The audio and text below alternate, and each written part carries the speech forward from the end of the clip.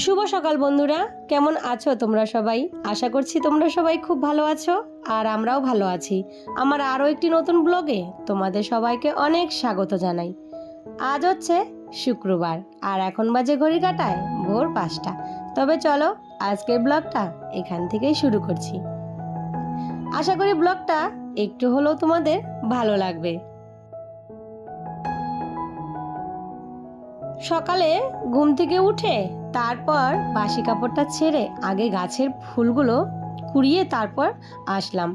না হলে ফুলগুলো যদি রেখে দেই ওই একজন একজন করে এসে এসে ফুলগুলো জানো তো সবাই নিয়ে যায়। আর এই যে আজকে উঠেছি আমি যেই গাছে ফুল তুলছি অমনি দেখি একজন যাচ্ছে, মানে প্লাস্টিক নিয়ে ফুল কুড়োতে। আমাকে দেখে এসে চলে গেল। যদি আমি না থাকতাম তাহলে আমার গাছের ফুলগুলো তুলে নিয়ে চলে যেত। এই করে করে লোকের জ্বালায় গাছে একটাও ফুল থাকে না। তার জন্য এই দেখো কত ভোরবেলা ঘুম থেকে উঠতে হয়। তো এই দিকে যেই দিন ভাবি একটু দেরি করে উঠবো সেই দিন জানো তো ফুলগুলো একটাও থাকে না। শাশুড়ি মা বাড়ি থাকলে আমার আর ফুলের জন্য চিন্তা হয় না, উনি সকালবেলা ফুলগুলো সব তুলে রেখে দেয়। আর এই যে শাশুড়ি মা বাড়ি নেই, মেয়ের বাড়ি গেছে, তার জন্য আমাকে রোজ ভোরবেলা উঠে ওই ফুলগুলো তুলে তারপর সংসারের কাজগুলো সারতে হয়। তো এদিকে দেখো সমস্ত বাসি কাজগুলো সেরে ব্রাশ করে এখন সোজা চান করতে যাব। তো ব্রাশ ট্রাশ করে চলে আসলাম। এই যে এটা হচ্ছে হাজবেন্ডের ওষুধ, সেটা রাতে ভিজিয়ে রেখেছিলাম। আর এখানে ছোলা আর বাদাম ভিজিয়েছি, তো এটা খাবো তারপর চলে যাব চান করতে। আমার আবার সকালবেলা ওই ব্রাশ করে 2 গ্লাস জল না খেলে ভালো লাগে না। এটা কিন্তু একটা অভ্যাসে পরিণত হয়ে গেছে আমার, রোজই আমি ব্রাশ করে জল খাই। চান টান সেরে পুজো দিয়ে চলে এসেছি সোজা রান্নাঘরে। রান্নাঘরে এসে সবার প্রথম হাজবেন্ডের টিফিনটাই করব, না হলে আবার দেরি হয়ে যাবে। আজ হাজবেন্ড বলেছে রুটি আর সাথে ডিমের ভুজিয়া করে দিতে। তো ডিমটা শেষ হয়ে গেছিল, 2টো ডিম এনে দিয়ে গেছে। আবার যখন মাসকাবারি বাজার তোলা হবে তখন আবার 1 পাতা ডিম চলে আসবে। আর এইদিকে সকালে কাপড় মেলতে এসে ছাদে দেখি টমেটো গাছে না কয়েকটা টমেটো পেকেছে। আর টমেটোগুলো দেখতে বেশ ভালো লাগছে, গাছে সুন্দর লাল লাল হয়ে আছে। 2টো বেগুনও হয়েছে জানো তো। তো তুলে নিয়ে আসলাম। আর এই যে দেখো কি সুন্দর লাগছে না দেখতে টমেটোগুলো, আমার তো খুব ভালো লাগছে দেখতে। যাই হোক, নিজে হাতের মানে গাছের ফল সেটা কিন্তু দেখতে ভীষণ ভালো লাগে। আর এই টমেটোগুলো জানো তো আমি ওই যে সবজির খোসাগুলো জমিয়ে তারপর গাছের গোড়ায় দিয়েছি, সেখান থেকে এই টমেটো গাছ হয়েছে। আর দেখো কতগুলো টমেটো হয়েছে।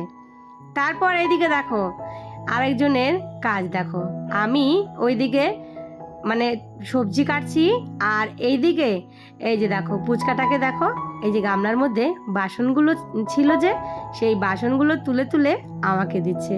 আর আমিও বাসনগুলো গুছিয়ে রেখে দিলাম।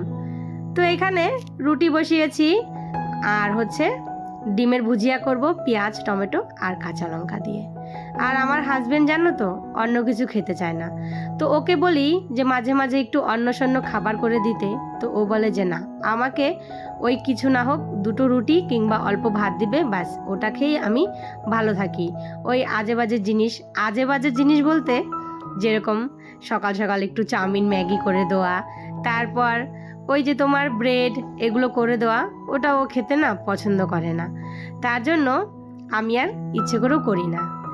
যাই হোক, এদিকে ওর টিফিনটা পাঠিয়ে তারপর আমিও 1 কাপ চা আর 2টো বিস্কুট খেয়ে নিলাম। আজকে নতুন কড়াইতে রান্না করব।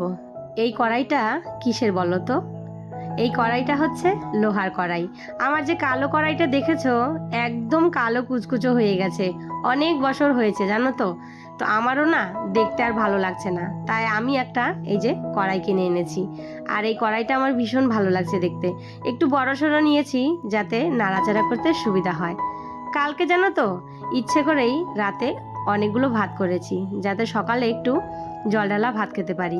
আর এখন যে পরিমাণে গরম হয়েছে তো ভাবলাম যে একটু জলঢালা ভাত খেলে পেটটাও ঠান্ডা থাকবে।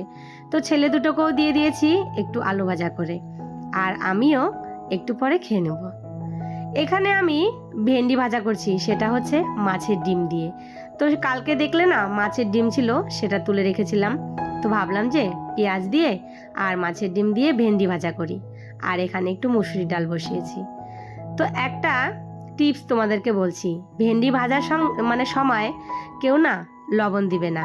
লবণটা একটু যদি পরে ইউজ করো তাহলে ভেন্ডিটা কিন্তু ওই যে একটা জেলি জেলি ভাব হয় না, পিছলা হয়ে গায়ে গায়ে লেগে যায়, সেটা কিন্তু আর লাগবে না। যখন ভেন্ডিটা একটু হালকা ভাজা হবে তখন যদি লবণটা দাও তাহলে কিন্তু ওই জিনিসটা হবে না। যাই হোক, এখানে একটু পেঁয়াজ আর টমেটো, এটা আমি ডালে ফোড়ন দিব। আর এই টমেটোটা কিন্তু গাছের। তো দুই সাইডে দুটো কড়াই বসিয়ে দিয়েছি আর জানালাটা বন্ধ করে দিয়েছি। জানো তো, হাওয়া ছাড়ছে, এত পরিমাণে হাওয়া ছাড়ছে যে গ্যাসটাই লিবে যাচ্ছে। তো একদিকে ডাল সম্বার দিব আর একদিকে মাছের ঝোল বসিয়ে দেব। এখানে আমি ডালটা পেঁয়াজ আর টমেটো দিয়ে ফোড়ন দিয়ে দিলাম। আর ছেলের জন্য আলাদা করে তুলে রেখে দিয়েছি। আমার ছোট ছেলে একদমই পেঁয়াজ খেতে চায় না। আর আলু আর বেগুন দিয়ে একটু পাতলা করে মাছের ঝোল করব। আর যেই গরম পড়েছে এখন কিন্তু ওই হালকা পাতলা খাবারই খেতে হবে। নামানোর আগে একটু ধনেপাতা ছিটিয়ে দিয়েছি। এই ধনেপাতাটা রবিবারে আনা হয়েছিল, তো সেগুলো কিন্তু আমি ভালো করে ধুয়ে তারপর শুকিয়ে কুচিয়ে কেটে এই যে ফ্রিজে রেখে দিয়েছিলাম, একদম তরতাজাই আছে। যাই হোক, এদিকে রান্নাবান্নাও আমার কিন্তু কমপ্লিট হয়ে গেছে। এখন রান্নাঘরটা পরিষ্কার করলেই বাস। তো আমাদের প্রত্যেক গৃহিণীদের সকালবেলাটা কিন্তু একটা ব্যস্ততার মধ্যে কেটে যায়। শুধু আমার কেন, সবারই কিন্তু তাই। তারপর কিন্তু এই যে রান্নাবান্না শেষে এখন আর কোনো কাজ নেই। কাজ নেই বললে চলে না, ওই টুকটাক কাজ কিন্তু থেকেই যায়। তারপর চলে আসলাম এই ঘরে, এসে দেখি ছোট ছেলে বসে বসে ড্রয়িং করছে। আর এত সুন্দরভাবে ড্রয়িং করা শিখেছে, ও কিন্তু ড্রয়িং কোনোদিনও করেনি। দেখো কি সুন্দর একটা কৃষ্ণ ঠাকুর এঁকেছে। তার কেমন হয়েছে ড্রয়িংটা অবশ্যই কিন্তু কমেন্ট করে জানিও। তো চলো বন্ধুরা, আজকের ভিডিওটা তাহলে এখানেই শেষ করি। সবাই ভালো থেকো, সুস্থ থেকো, আবারও দেখা হবে।